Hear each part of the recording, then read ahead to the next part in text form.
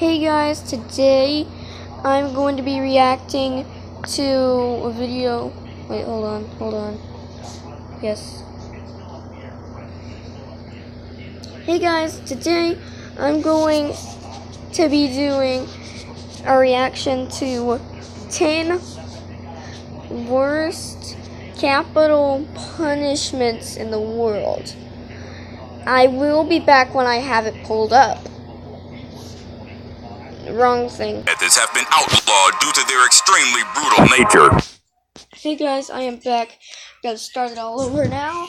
And I've got the video pulled up. This is by a really popular channel called They Will Kill You.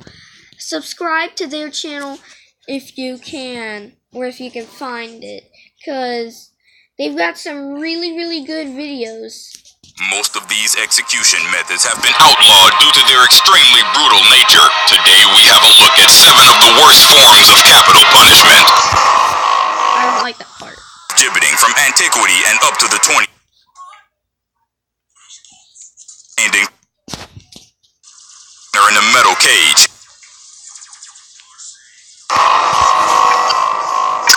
No face cam for this. Well, barely a face cam.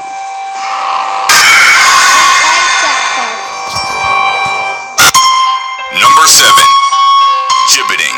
Oh god. Gibbeting involved in closing the prisoner in a metal cage and then hanging the cage on display from the arm of a gallows. The cage was often smaller in size than the actual prisoner for the added discomfort. The prisoners were then left to die of hunger and thirst. Birds of prey would bite their flesh when they became too weak to fend them off. Long after their deaths, their rotting bodies remained enclosed in the metal structure to serve as a warning for others not to get involved in criminal activities. There have been many recorded instances of gibbeting from antiquity and up to the 20th century. A 1921 issue of the National Geographic magazine showed the picture of a gibbet cage that was still in use in Afghanistan. It was believed that the people were still gibbeted as a form of capital punishment.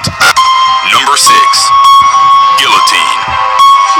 Although it had been used before, the guillotine was made popular in the 18th century during the French Revolution. In that time, it became the country's symbol for capital punishment, often known as France's national razor. The device consists of a heavy vertical blade which was suspended between 2 parallel uprights. The victim's head was secured in a wooden frame with the blade hanging above it. When the blade was released, it would decapitate the victim with a single clean and powerful cut. The head would then fall into a basket that was placed in front of the device. Thousands of people were executed in this manner. Their deaths were highly entertaining public events. Spectators had the chance to buy souvenirs and even read a program which listed details about those who were to be executed. The condemned themselves would often make their executions more theatrical by dancing their way up to the guillotine and offering sarcastic quips or defiant final words. The executioners themselves were nationally renowned, and the duty was passed from generation to generation.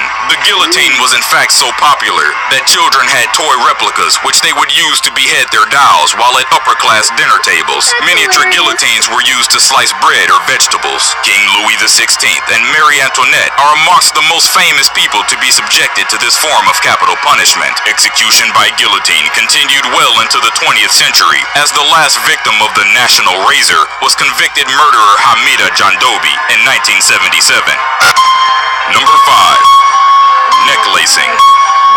This form of capital punishment is believed to have originated in South Africa during the mid-80s. A rubber tire is forced over the victim's shoulders, trapping the arms and chest. Afterwards, the tire is filled with some form of petrol and set on fire. It can sometimes take more than 15 minutes before the victim dies. Jeez. A local counselor from the Uitenhage town in South Africa by the name of Benjamin Kini is believed to be the first victim connected to neck lacing. He was suspected of having ties with the rebel group, so after he and his family were stabbed to death on March 23, 1985, a tire was placed around his body and set ablaze. This practice even evolved to the point where the victim was burned alive. Neck lacing was the preferred sentence of People's Court, which existed outside the confines of the law. It was often performed on people suspected of being involved with the apartheid government. Winnie Mandela, who, at the height of the neck-lacing executions, was the wife of Nelson Mandela, reportedly endorsed them as a form of capital punishment. Number 4. Keel hauling. This is reportedly one of the worst forms of punishment to ever be performed at sea. Those subjected to keel hauling sustained severe wounds which eventually led to their deaths. It was mainly used between the 16th and 19th century by French and Dutch sailors, although some experts have traced it back as far as ancient Greece. The victims' legs were strapped with weights and a rope was tied around them. They were then lowered from the bow of the ship and quickly dragged underwater across the hull, the bottom of the ship, and over the keel, the wooden beam that runs along the center of the ship's underside. The ship's hull was covered by a thick layer of barnacles, which were rock hard and extremely sharp. As the victim was dragged through the salty water, the barnacles would inflict massive cuts and tear off raw pieces of flesh. In some instances, the razor-sharp shells would cause those subjected to keel hauling to lose entire limbs, or even their head. When the unfortunate sailors were finally pulled up on the other side of the ship, most of the skin on their bodies would have been torn off. In order to prevent them from drowning, an oil-soaked sponge would often be stuffed into their mouths. The sponge enabled them to take a breath of air while underwater. If the victims survived the punishment, they would be hung from the mast for several minutes before being subjected to keel hauling once more. Number 3. Blowing from a gun.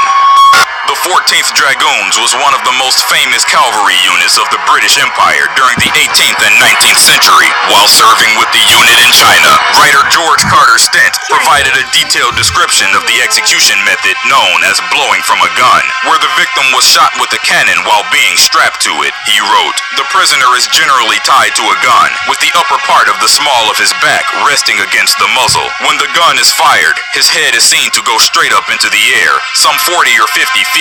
The arms fly off right and left, high up in the air, and fall at perhaps 100 yards distance. The legs drop to the ground beneath the muzzle of a gun, and the body is literally blown away altogether, not a vestige to be seen." Other reports described how birds of prey would circle the execution site and attempt to catch pieces of human flesh while they were still in the air. Many soldiers who were found guilty of desertion or mutiny would be blown from a gun. This form of capital punishment was extensively used at the time when India was a British colony. During the Indian Rebellion of 1857, at least 44 people suffered this form of execution. Number 2. Stoning.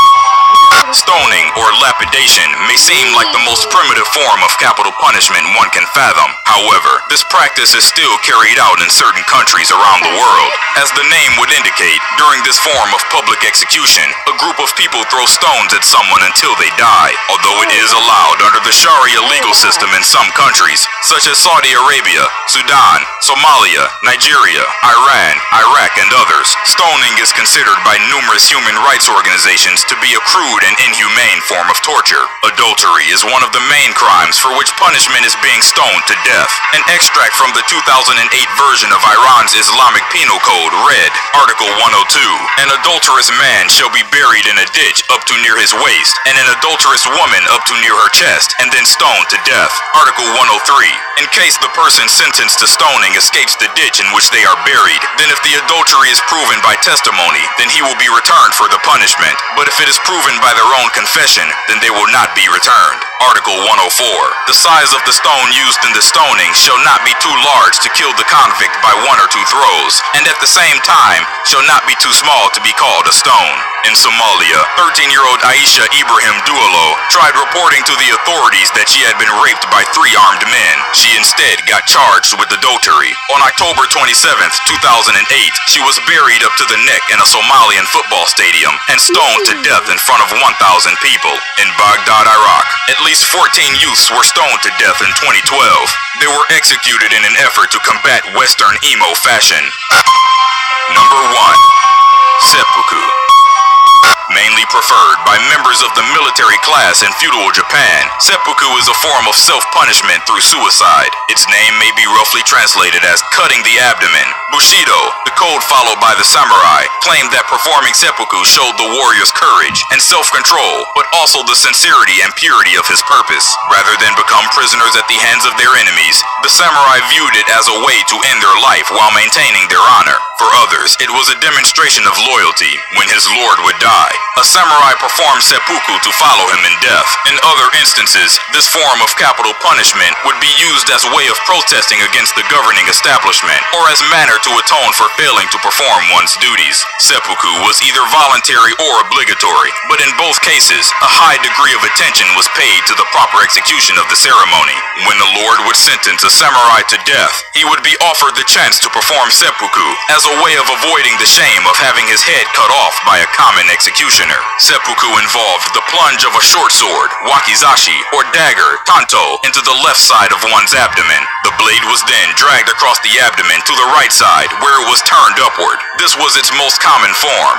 Another version was called jumonji giri. It involved a second stab below the sternum, after which the blade was moved over the first cut. The samurai would then stoically wait until he bled out. This was considered to be the perfect way of performing seppuku, and it is still regarded by many as one of the slowest and most painful ways to die. In some cases, a servant or a friend called the kaishakunin would assist in the seppuku ceremony. In order to release the samurai from the pain, he would swiftly cut off his head with great precision. In order to obtain the perfect decapitation, or kaishaku, embraced head, a small skin flap was left on the neck in such a manner that the head would fall in front of the samurai's arms, as if it was cradled by him. Modern-day instances of seppuku have been reported during World War II, when several Japanese soldiers took their own lives to avoid capture. To express his guilt for ordering the kamikaze attacks on Allied forces, which claimed the lives of over 4,000 young Japanese men, Admiral Takejiro Onishi performed seppuku at the end of World War II. He did not use a kaishakunin to help him, and it reportedly took more than 15 hours for him to bleed out. God.